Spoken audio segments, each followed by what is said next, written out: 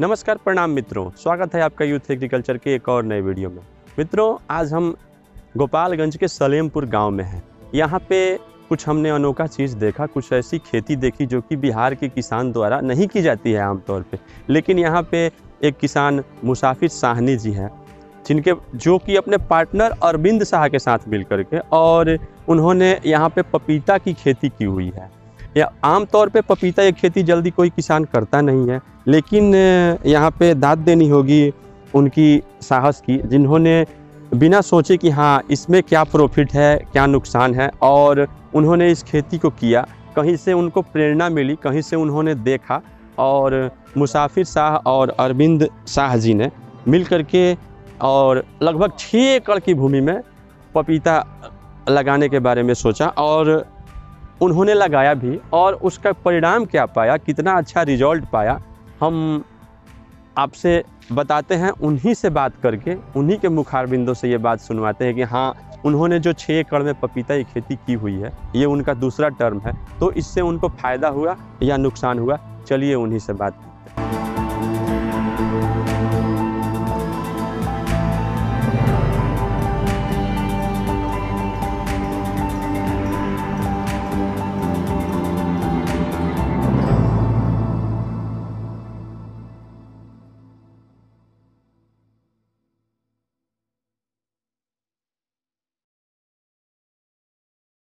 तो आज उनसे हम जानेंगे कि हाँ पपीता की खेती में किस प्रकार से लाभ है, कैसे उन्होंने इस खेती को किया और किस तरह से वो इससे मुनाफा कमाते हैं, इसको करने से लाभ है या नुकसान है। आज सारी बातें उनसे हम जानेंगे। और ये एक अच्छी प्रक्रिया है, हमें लगता है कि कृषि कार्य से आत्मनिर्भर बनने की ये एक बहुत अच्छी योजना है। तो इस बारे में उनसे हम जानते हैं कि हाँ कैसे उन्होंने इसकी शुरुआत की, प्रारंभ की। सबसे पहले आप अपना नाम बताएंगे, परिचय देंगे। जी, मुसाफिर साहनी, सलेमपुर घाट मेरा घर है, बिहार, गोपालगंज जिला पड़ेगा सर। गोपालगंज जिला के सलेमपुर के ये रहने वाले हैं। तो सबसे पहले आप ये बताइए कि आपको ये आइडिया कैसे मिला, कहाँ से आपने इसकी शुरुआत सर करने ये के बारे में आइडिया सोचा? मुझे हैदराबाद से मिला है। हैदराबाद में हम गए थे अपना काम, निजी काम से, तो हमने देखा इसकी खेती काफ़ी बढ़िया थी। हमने उनसे बातचीत की, उन्होंने हमें ये राय दिया, फिर हमने आकर यहाँ पर ये खेती को शुरू किए।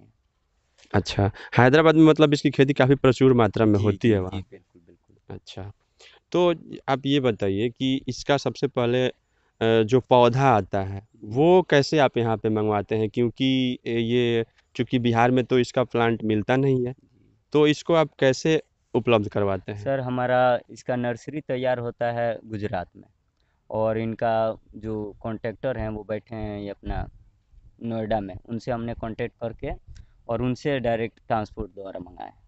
नोएडा, मतलब नोएडा में इसके कॉन्ट्रैक्टर हैं, जी जी, उनसे आप कॉन्टैक्ट जी करते हैं और वो जी, गुजरात से मंगवाते हैं सर। मंगवाते हैं जी बीज को। तो मतलब जो यहाँ तक मंगवाने के लिए बीज में मतलब किसी प्रकार का डिफेक्ट कोई नहीं हो? कोई दिक्कत नहीं होता है सर। अच्छा, जी बिल्कुल, वो अपने खेत तक पहुंचा कर देते हैं। इसका मतलब रिस्क कवर भी वो लोग जी लेते जी हैं। बिल्कुल लेते हैं। हुँ। और रह गई बात कि जिस वक़्त ये अभी आप किस समय में लगाए हैं इसको? ये हम सितंबर में लगाए हैं सर इसको। सितंबर का प्लांट है ये। ये सितंबर का प्लांट है और ये साल में कब-कब लगाया जा सकता है? ये अपना मार्च, 15 मार्च से लेकर 15 अप्रैल तक लगाया जा सकता है, और सितंबर में अगस्त से लेकर सितंबर तक लगाया जा सकता है। तो अगस्त, सितंबर और 15 मार्च से 15 अप्रैल। अप्रैल तक। अच्छा, 2 वक़्त में ये जी लगता है। जी। और ये अभी किस प्रकार से लगता है, इसकी सारी डिटेल आपको कहाँ पे कॉन्टैक्ट करना है वो मैं आपको स्क्रीन पे सारा डिटेल दे दूँगा वीडियो के लास्ट में, वो आप देख लेना। और कृपया इस चैनल को सब्सक्राइब भी कर लीजिएगा। और बाकी चीज़ इनसे हम पूछते हैं, जानते हैं। आप ये बताइए कि इसके आगे की जो प्रक्रियाएँ होती है, जैसे कि मानते हैं आपने पौधे लगा दिए, जी, उसके आगे की प्रक्रिया आप किस हिसाब से करते हैं? कैसे करते हैं ताकि ये जल्दी से जल्दी ग्रोथ दे? इसकी आगे प्रक्रिया जो है, जो हम नर्सरी से जब पौधे लाते हैं, वो नर्सरी वाले हमें एक तो मैनुअल दे रखते हैं, ऊपर से गाइड भी करते हैं। अगर हमें कोई प्रकार की दिक्कत होती है या पौधे में या पत्ते में, तो हम पूछते हैं, तो वो हमें दवा बताते रहते हैं, और नहीं तो हम मैनुअल से भी दवा यूज करके इसको जल्द कर लेते हैं। अच्छा, मतलब उन्हीं के दिए हुए मैनुअल को आप जी लोग जी फ़ॉलो करते जी हैं, जी जी जो गुजरात नर्सरी वाले जी हैं। जी। अच्छा, ठीक है। कितने दिन में इसका फलन होता है? ये इसकी करीब इसकी आपका वैरायटी कितनी होती है? इसकी वैरायटी सर अभी तो फ़िलहाल हमने रेड लेडी 786 लगाई है और इसमें बहुत वैरायटी आती है, जैसे IBP9 हो गई, मेराडॉन हो गया, देसी मिक्स वैरायटी हो गया, ये सब कई प्रकार की वैरायटी होती हैं। तो इसमें रेड लेडी 786 सबसे बढ़िया वैरायटी है, इसलिए इसका फल में काफ़ी ज़्यादा मिठास है और प्लस इसका फल ज़्यादा साइज ओवर साइज नहीं होता है, अपना 1.5 किलो से लेकर 2 किलो साइज तक होता है। कहीं भी मार्केट में बिकने में ये सुविधा रहती है। अच्छा, ऐसा कोई बात तो नहीं है कि हाँ, वहाँ की मिट्टी में कोई वैरायटी अच्छी हुई जो यहाँ पे आकर के खराब हो जाए, मतलब मिट्टी का अंतर ऐसा कुछ? मिट्टी का सर पीएच जो है 6 से लेकर 8 तक होना चाहिए। PH level? जी, तो पीएच आपने लेवल। मिट्टी का जांच करवाया जी, है? बिल्कुल कराया। ये काफ़ी एक महत्वपूर्ण बात है कि आप जब भी कोई भी खेती करें तो उसके अनुसार, जैसे कि इन्होंने बताया कि 6 पीएच लेवल रहना जी, चाहिए, 6 से 7, ये लगभग हर फसल के लिए उपयुक्त पीएच लेवल होता है। जी, तो ये लेवल आपको देख लेनी है कि आपका पीएच लेवल इतना है या नहीं है। और जो इंस्ट्रक्शन है, जैसे कि कितना डीएपी देना है, कितना यूरिया देना है, ये सब वही लोग देते हैं या जी, खुद जी, से तय? बिल्कुल। जी, वही लोग बताते हैं। हर इसका डोज़ हमारा मैनुअल में लिखा रहता है, हम उसी मैनुअल के हिसाब से दे देते हैं। अच्छा, कितने दिन में ये मतलब फल देना शुरू कर देता है, ये अपना हार्वेस्टिंग तक? 2.5 से 3 महीने दिन तक फूल आना स्टार्ट हो जाता है और चौथे महीने से बतिया इसका स्टार्ट हो जाता है। अच्छा, चौथे एक एक ये जो पौधा है, ये हमारा जो इस पहला कटिंग है, हुँ, ये 8वें महीना में निकल जाती है, जो कि हर पौधे से एक पौधे से 15 किलो से लेकर 20 किलो तक पके पपीते आपको निकलेंगे। अच्छा, 15 किलो से 20 किलो एक पौधे से आपको जी, पके और वो पपीते? कटिंग अब हर 25 दिन पे हुँ, रेगुलर निकलेगी। अच्छा। जी, ये मतलब इस क्या बताया आप इस नस्ल का नाम?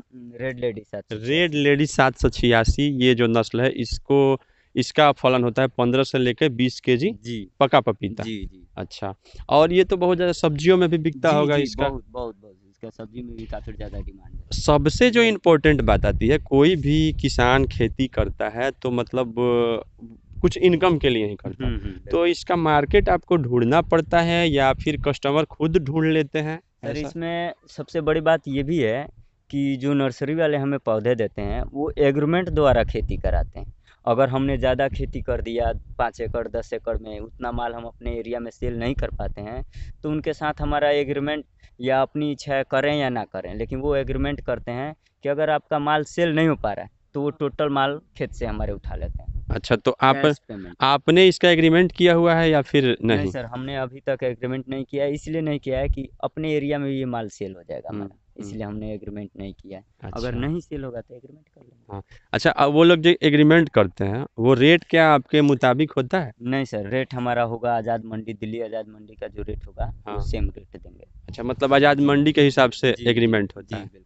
तो वो भी अच्छा है क्योंकि आज़ाद मंडी का भी रेट कुछ खराब जी, नहीं जी, होता है। नहीं, दिल्ली आज़ाद मंडी मानते हैं कि वो भारत की सबसे बड़ी सबसे मंडी है बड़ी मंडी है। और उसका भी रेट खराब नहीं होता नहीं, है। चलिए ठीक है, और जब ये पौधा बड़ा हो जाएगा तो एक बार फिर से हम लोग यहाँ पे आएँगे और इसकी थोड़ा ये पूरा खेत का थोड़ा आप दिखा दीजिएगा इसका वीडियो, और जब ये थोड़ा बड़ा हो जाएगा तो जी, हम आएँगे आपके पास एक बार फिर से इसका हुलिया देखने के लिए, जी, बिल्कुल, बिल्कुल। और ये मानते हैं कि ये किस प्रकार से फल देता है ये भी, और हम चाहेंगे कि और भी किसान बंधु आपको देख करके जी, आपकी बिल्कुल। तरह जागृत हो और कुछ सोचे। कृषि कार्य से भी बहुत कुछ किया जा सकता है, इसको आप मानते हैं कि नहीं? जी, बिल्कुल और मानते एक हैं बात सर। कि मानते हैं कि आपने पपीता लगाया है, जी। इसमें आपने गोभी की खेती की हुई है और बहुत सारी सब्जियां आपने लगाई सर, है। जब तक ये छोटा पौधा है अपना, हम्म, जैसे मान लीजिए आज हम प्लांट किए तो 2 महीने तक अगर कोई सब्जी का फसल हो, हाँ सब्जी भी सब सब्जी नहीं लगा सकते, इसमें लहसुन का खेती कर सकते हैं आप, प्याज की खेती कर सकते हैं, हम्म, अदरक की खेती कर सकते हैं, हम्म, जो डिस्टेंस है, हम्म। बाकी और कुछ भी नहीं कर तो ये सकते। तो आपको एडिशनल बेनिफिट हो गया, लेकिन जी, मेरे पूछने का मतलब ये था कि इन सब में आपने क्या अंतर पाया? जैसे आप पपीता लगाते हो, जी, तो किसी को भी, जैसे हमारे दर्शक भी ये जानना चाहते होंगे कि मानते हैं गोभी हम लगा रहे हैं, जी, प्रॉफिट उसमें भी कुछ ना कुछ है, पपीता हम लगा रहे हैं, उसमें भी प्रॉफिट है, बैगन लगाए हैं उसमें भी प्रॉफिट है। जी, तो प्रॉफिट की जो मतलब परसेंटेज है, जी। किसमें ज़्यादा फायदा है? सर, आप पपीटे में सबसे ज़्यादा है। सबसे ज़्यादा जी, पपीता? पपीते ऐसी खेती कोई भी खेती नहीं है, हाँ। सबसे बढ़िया है। इसमें 8 महीने में आपकी कटिंग जब स्टार्ट हो जाती है, हम्म, तो यूँ समझिए आप जितना लगाए रहते हैं, हम्म, पहले या दूसरे कटिंग में आपकी वो हम्म, पूँजी निकल जाती है। हम्म। उसके बाद आपकी दूसरे सीजन की आप ये मतलब दूसरी बार ये खेती कर रहे हैं? जी, आपने बताया था पहले कि हाँ, पिछले साल भी आपने खेती की हुई थी। जी, तो उस वक़्त जो आपका आमदनी था। हालांकि बारिश बहुत ज़्यादा बिहार में हुई थी और उसके वजह से काफ़ी फसल क्षतिग्रस्त हुआ था। जी तो उस वक्त के हिसाब से मतलब आपने 6 एकड़ में की हुई थी जी ये पपीता की खेती। जी आमदनी क्या थी उस वक्त 1 एकड़ के हिसाब से अगर देखें तो? सर, उस समय हमारा आमदनी इसलिए नहीं कुछ बारिश से हमारा नुकसान हो गया। फिर भी जो हमने गाला पूँजी लगाया था वो हमारा पूँजी निकल गया। मतलब पूँजी निकल गया। जी। अगर बारिश नहीं आई होती तो हो नहीं आई सकता है होती उसके तो बहुत ही निकलता। चलिए धन्यवाद। आपने ये इन्फॉर्मेशन हमारे दर्शकों तक पहुंचाया और हम कोशिश करेंगे कि और भी जितना ज़्यादा इन्फॉर्मेशन हो सके यूथ एग्रीकल्चर के माध्यम से आप तक पहुंचाएंगे। लेकिन उसके लिए आपको चैनल को सब्सक्राइब करना होगा और वीडियो को लाइक करना होगा। किसान हित में इस वीडियो को शेयर ज़रूर कीजिएगा, क्योंकि बिहार में काफ़ी कम लोग कुछ नया करने की कोशिश करते हैं और इन्होंने ऐसा किया है। आपने अपना नाम क्या बताया? मुसाफिर। तो मुसाफिर साहनी जी ने ऐसा किया है और इनको ऐसा लगता है कि नहीं, पपीता की खेती से किसान काफ़ी आगे बढ़ सकते हैं, आत्मनिर्भर बन सकते हैं। तो इसको आप भी ट्राई करें। इसका सारा डिटेल मैं स्क्रीन पे दे दूंगा। आपको कहाँ पे कांटेक्ट करना है, किनसे आपको बात करनी है, कहाँ से आपको बीज उपलब्ध होगा, कहाँ से आप इस पौधों को मंगाएंगे, और सारा जो इंस्ट्रक्शन है वो ऐसे आपको लिफाफे में एक जो आपके स्क्रीन पे मैं शेयर कर दूंगा वो आपको कंपनी द्वारा दे दी जाती है। और बाईबैक पॉलिसी भी इसमें लागू होता है कि अगर आपका जो फल है वो आपके मार्केट में नहीं बिक रहा है तो वो खुद खरीद लेते हैं।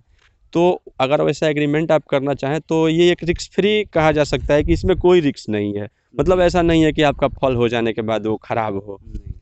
इस हिसाब से आप इस खेती को कर सकते हैं। मिलते हैं अगले वीडियो में, तब तक के लिए धन्यवाद। देखते रहिए यूथ एग्रीकल्चर। याद रखें, हमारे देश के किसान का और देश के जवान का हमेशा सम्मान करें, क्योंकि इनसे बड़ा कोई नहीं है। धन्यवाद।